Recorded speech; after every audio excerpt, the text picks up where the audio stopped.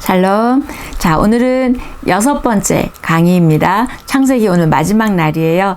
41장부터 50장까지입니다. 근데 오늘 그거 하기 전에 여러분 교재 다 이제 골고루 다 받으셨을 것 같아요. 지금까지는 제가 교재 안 받으신 분도 있고 또 저희가 우편으로 보낼 분도 있고 그래서 제가 교재를 많이 안 썼습니다. 자, 12쪽인가요? 보면은 어떻게 이제 이렇게 이어져 내려왔는지가 조금 도표를 보고 싶은데요. 자, 거기 보니까 아담부터 남북 왕국에 이르는 계보까지 나와 있어요. 맨 위에 아담이 있습니다. 그 다음에 가인하고 아벨이 옆에 있는데, 가인은, 이제 아벨은 죽으니까 없고, 가인이 있었지만, 가인은 결국은 롯 땅으로 가게 되죠. 그래서 하나님이 다시 준비시킨 아들이 다시 낳게 한 아들이 셋이었잖아요. 그래서 셋 족속과 다른 족속은 섞이면 안 된다. 제가 얘기해서 이제 셋 족속 잘 기억하셔야 되는데, 자, 셋에서부터 누가 나오죠? 노아가 나왔고요. 그 다음에 셈이 나왔죠. 그래서 이 셈, 함, 가나안, 이게 아들 함이 아버지를 하체 드러난 걸 막 놀리고 비웃다가 저주받아서 이 함이 가나안 족속의 조상이 된다고 얘기해드렸어요. 자, 노아에서 그 다음에 셈으로 갔다가 셈에서 셈 족속에서 아브라함을 하나님이 불러내시죠. 그 다음에 아브라함에서 이제 야곱으로 이어지죠. 그래서 근데 야곱 전에 이삭도 있고 그 다음에 이스마엘도 있지만 이삭 그 다음에 이스마엘 이건 좀 놔둘게요. 왜냐하면 야곱으로부터 12지파가 이어지고 이스라엘이 이어져 가니까 지금 이삭, 이스마엘은 지금 옆으로 나갔죠. 자, 야곱으로 이어집니다. 그 다음에 야곱에서 이제 12지파가 나오죠. 그래서, 르시레유, 이스. 자, 르시레유, 이스 하면 지금 6지파는 앞자만 일단 기억하시는데요. 그것도 제가 이제 도표로 보여드릴 거예요. 자, 그러면 지금 보니까 레위, 유다, 요셉, 베냐민에서 지금 성경에 이제 굵직굵직한 이제 앞으로 우리가 읽을 성경의 인물들, 모세라든지 다윗이라든지 그 다음에 사무엘이라든지 사울이 어떤 족속인지 12지파 중에 어떤 지파에 속했는지 요 도표, 그러니까 아브라함, 그 다음에 야곱, 그 다음에 모세로 이어져 가는 요 도표를 머리에 딱 넣어 놓으시면 좋겠습니다. 자, 그 다음에 또 그림에 보면 야곱의 아들들의 12지파라는 그림이 있습니다. 자, 그 그림을 조금 보시면 좋겠는데,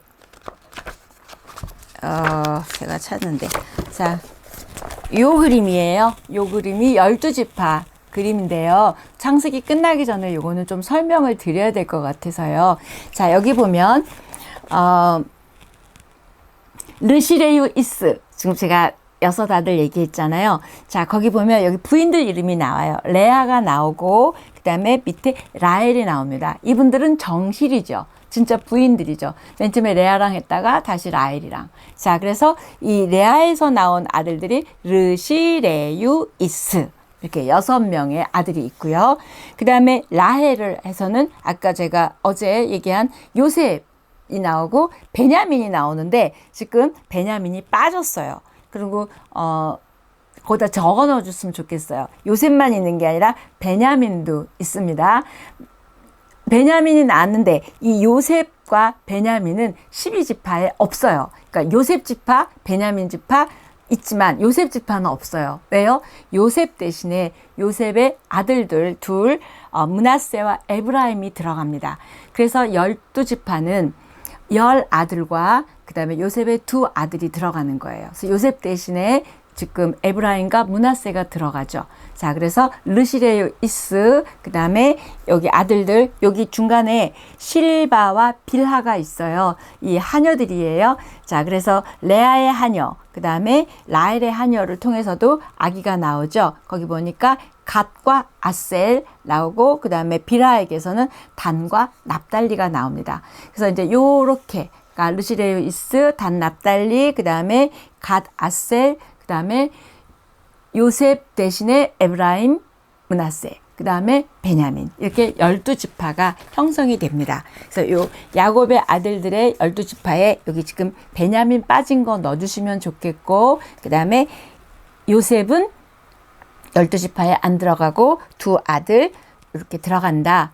자기가 들어간 것보다 두 아들이 들어간 게 더 좋았겠죠. 어쨌든 두 아들이 들어가서 합쳐서 이렇게 12지파가 됩니다. 자, 이제 오늘 창세기 마지막 장 41장부터 50장까지입니다. 자, 여기까지 어떠세요? 밀리지 않고 잘 읽으셨죠? 말씀을 일상의 중심에 딱 놓고 말씀 읽는 시간에 따라 여러분의 스케줄을 조절한다면 아마 여러분이 일주일 경험해 보시면 알겠지만 굉장히 삶이 뭔가 꽉 찬 듯한, 그다음에 은혜가 있고요. 그다음에 정말 뭔가 이렇게 영적인 힘이 있으실 거예요. 그래서 밀리지 않고 그렇게 좀 삶의 중심에 한번 말씀을 놓는 그런 시간이 됐으면 좋겠습니다.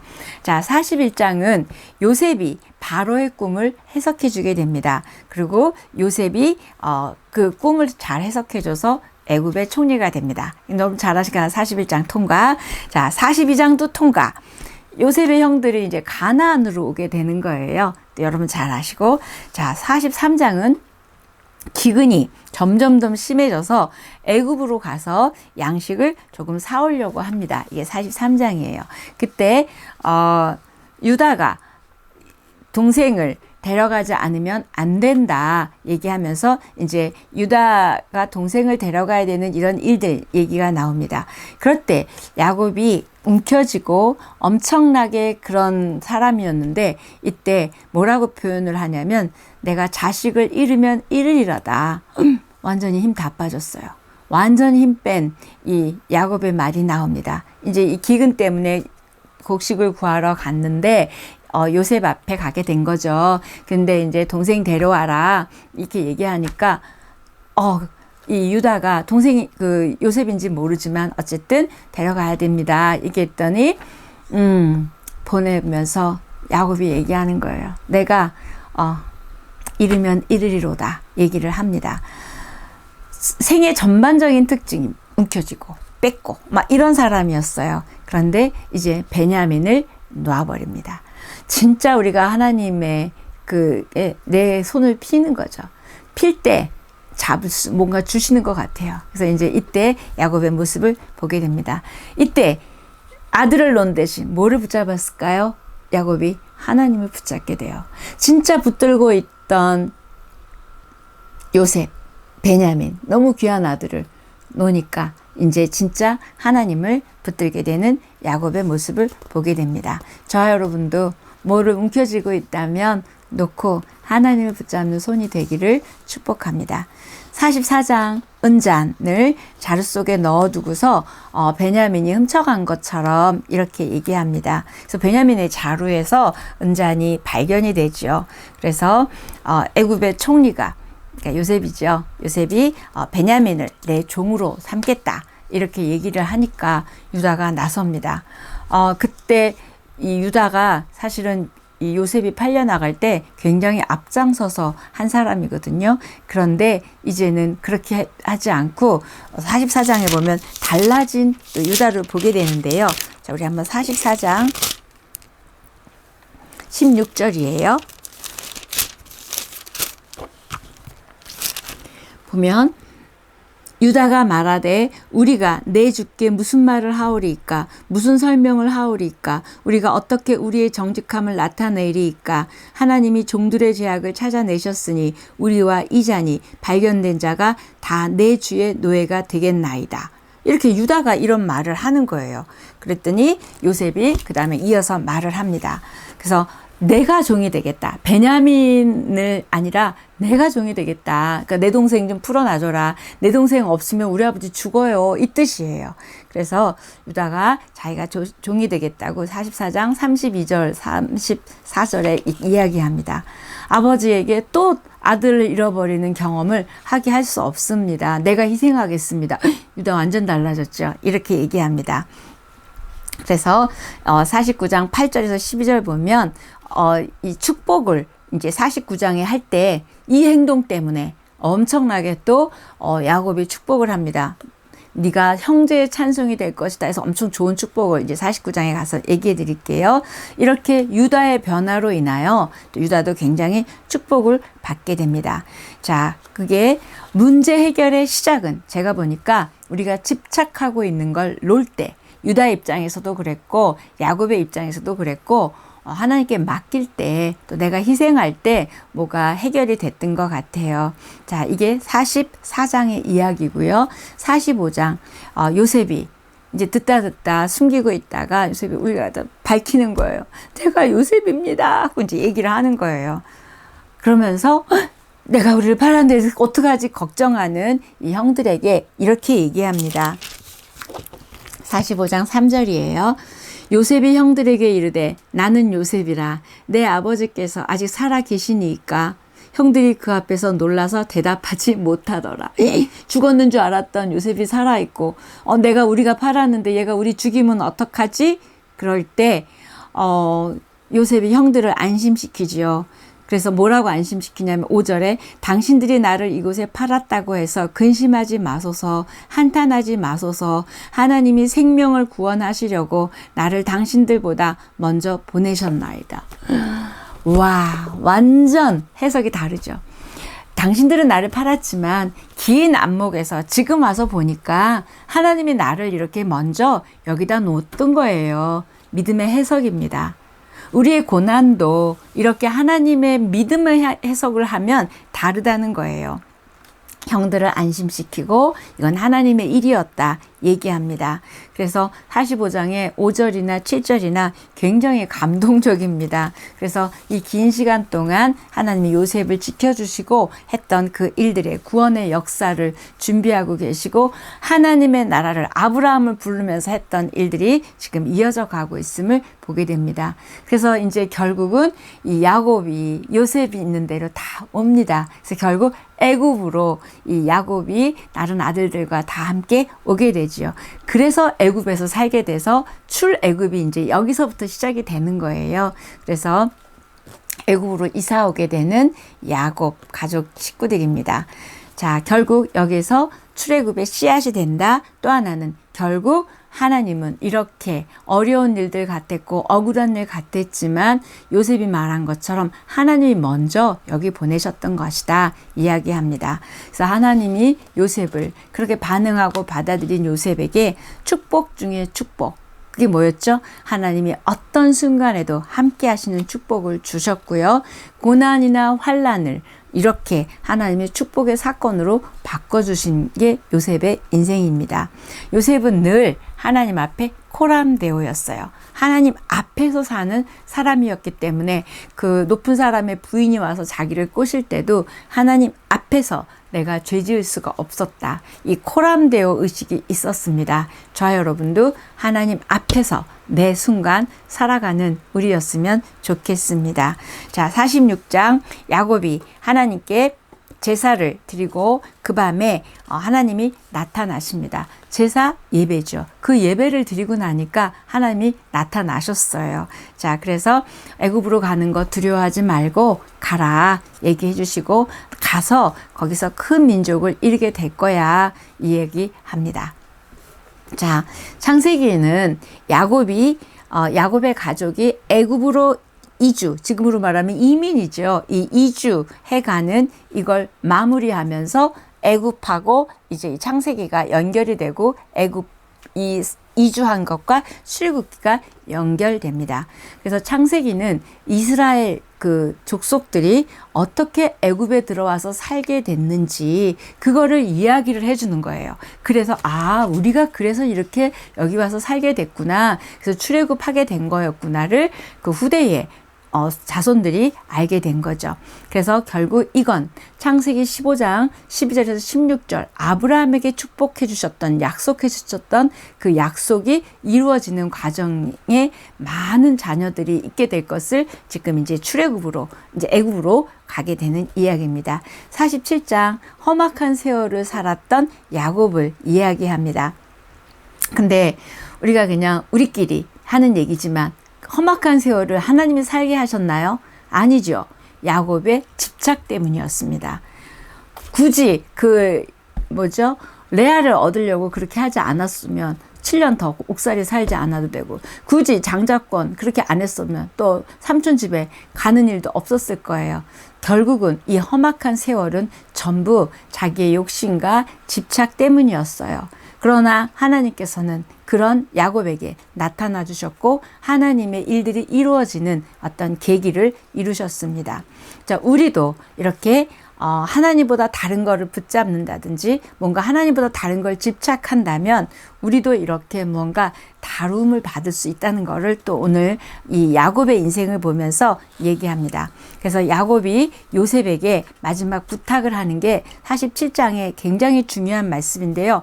요셉에게 이제 애굽에 가갖고 얘기합니다.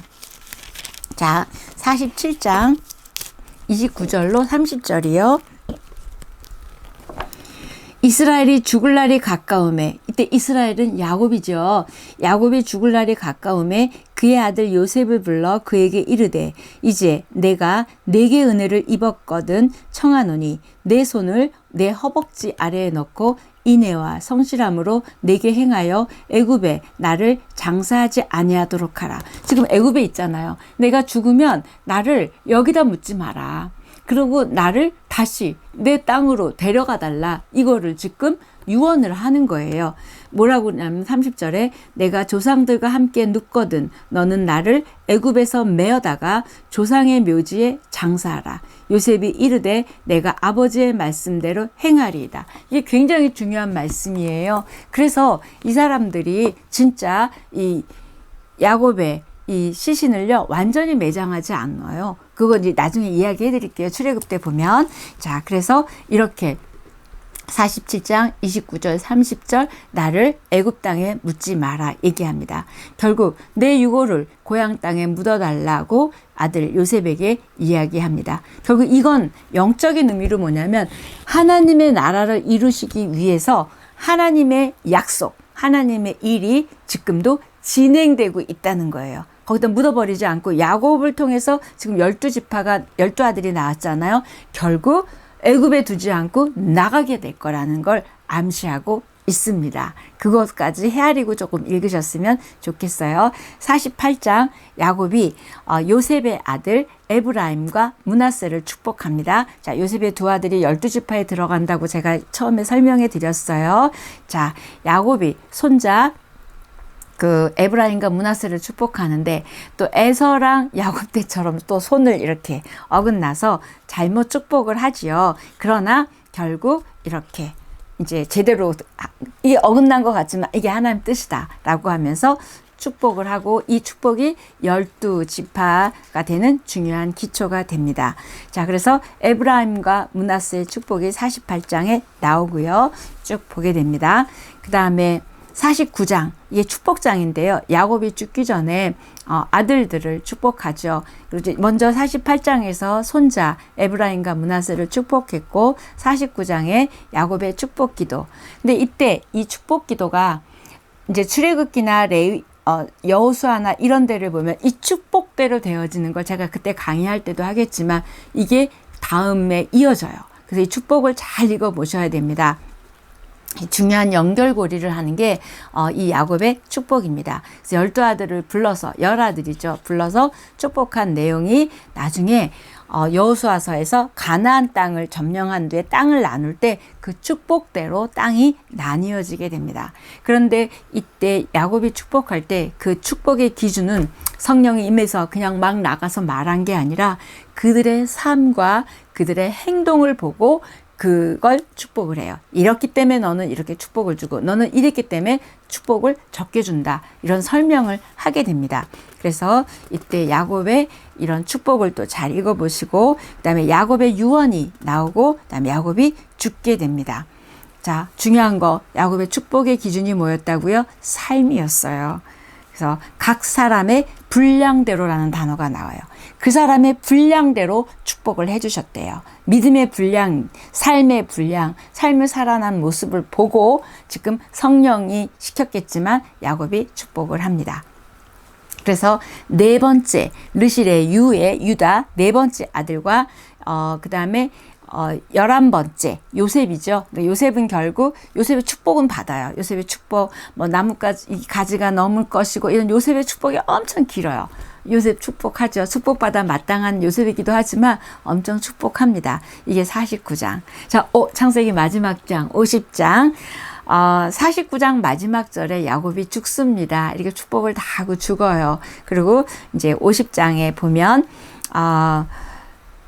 중요한 결론은 우리가 어떤 일을 보면 이거 너무 안 됐다. 이거 너무 이제 끝났어. 이러지만 우리의 그런 태도가 얼마나 잘못됐는지를 보여주는 게 50장이에요. 성급한 결론이나 성급한 해석을 하지 마십시오. 그게 뭐냐면 창세기 50장 20절입니다. 자, 50장 20절 보면 당신들은, 요셉이 하는 말이에요. 당신들은 나를 해하려 하였으나 하나님은 그것을 선으로 바꾸사 오늘과 같이 많은 백성의 생명을 구원하게 하시려 하셨나니 당신들은 두려워하지 마소서. 내가 당신들과 당신들의 자녀를 기르리이다 하고 그들을 간곡한 말로 위로하였더라. 요셉이 형들에게 이렇게 얘기를 하는 거예요. 그래서 형들도 위로해주고 결국 해석을 이렇게 하나님의 관점에서 해석합니다. 하나님이 나를 먼저 보내셔서 이렇게 한 것이다. 이렇게 얘기합니다. 요셉의 이 말을 보면 형들을 다 용서했죠. 그렇죠? 그래서 용서한 사람에게서 나오는 이 언어들이 굉장히 중요합니다. 혹시 여러분 용서하지 못한 사람 있으시면 우리 창세기 끝날 때 이 50장 20절을 보면서 이런 요셉이 그런 형들도 용서했는데 우리도 용서했으면 좋겠습니다.